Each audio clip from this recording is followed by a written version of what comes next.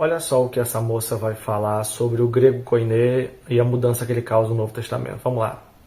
O grego koiné altera a interpretação do Novo Testamento? A compreensão do grego koiné é fundamental para a interpretação do Novo Testamento, porque nós sabemos que a Brit Hadashah foi escrito em sua maior parte em grego koiné. No entanto, o grego koiné é diferente do grego clássico, e algumas expressões idiomáticas do grego koiné pode se perder nas traduções mais modernas da Bíblia. Um exemplo clássico nós encontramos no verso de João 1:1.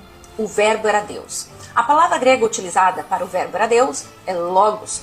E essa palavra logos, no grego, significa palavra ou sabedoria. No entanto, a tradução simplificada da palavra logos trouxe a ideia de personificação dessa palavra como um ser divino, sendo que logos é uma expressão, um pensamento divino, uma manifestação divina, e não uma personificação divina. Este mesmo equívoco nós encontramos...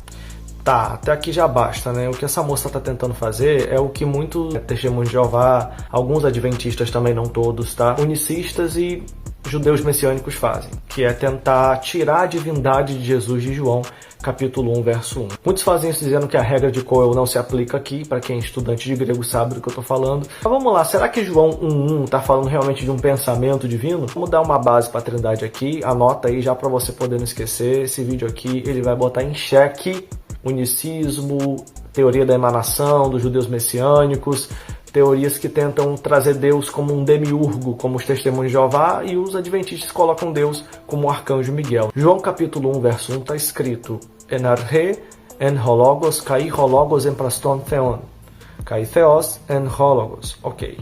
Se você olhar aqui direitinho, o substantivo logos ele é precedido por um artigo definido, o que já traz a ideia, já sugere que logos é uma entidade específica, concreta, tá bom? Logos não necessariamente precisa vir com o artigo, ele poderia vir anartro, como aparece em outras colocações. Mas o primeiro ponto que traz a ideia de logos como pessoa é o artigo definido. O segundo ponto, a gente já consegue ver de cara aqui, que é o verbo de existência en.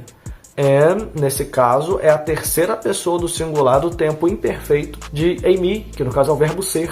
O verbo ser traz a ideia de existência, apontando também para uma pessoa com existência própria. Se a gente analisar direitinho, os antigos gregos traziam os verbos conjugados com o sujeito logo no singular para indicar pessoa, falando até em texto fora da Bíblia, tá? O verso 2 traz assim pra gente: Utos en arhe proston theon, que seria traduzido pra gente como este estava no princípio com Deus. Pronto, gente. O pronome utos aqui, que é traduzido a ideia como este, já está indicando, ele é masculino singular usado para pessoa, diferente de ekeinos, que é usado geralmente para coisa. Então, terceira referência à pessoa, né? Outro ponto que a gente consegue observar é a concordância com Deus, porque a preposição pros aqui implica proximidade e relacionamento pessoal. E aí em João 1 nós temos kai hologos en pros ton theon, ou seja, no princípio era o verbo estava com Deus, acompanhado dele. Quem diz que estava para Deus está errado, tá bom? Tá errado. Estava com, pros, com, certinho, é desse jeito que funciona. Então mostra um relacionamento entre duas pessoas, claramente duas pessoas aqui. O quinto ponto que a gente poderia apontar é o verso 14. Kai hologos sarkis egeneto, e o verbo se fez carne. Como assim um pensamento se fez carne? Não, está falando de uma pessoa, e o verso 14 revela que o logos tratado antes da criação, ele já era uma pessoa, mas ele agora toma a forma humana. Ele encarna entre nós. O que essa moça quis aí valorizar o grego acabou desvalorizando. Tomem muito cuidado com essa galera que se coloca, às vezes, como professor de grego, mas comete falhas terríveis para poder validar a sua doutrina, tá bom? Espero que tenha te ajudado. Envia isso para um unicista, para um judeu messiânico, para um adventista, testemunho de Jeová. Envia, tá bom? Porque não tem como não.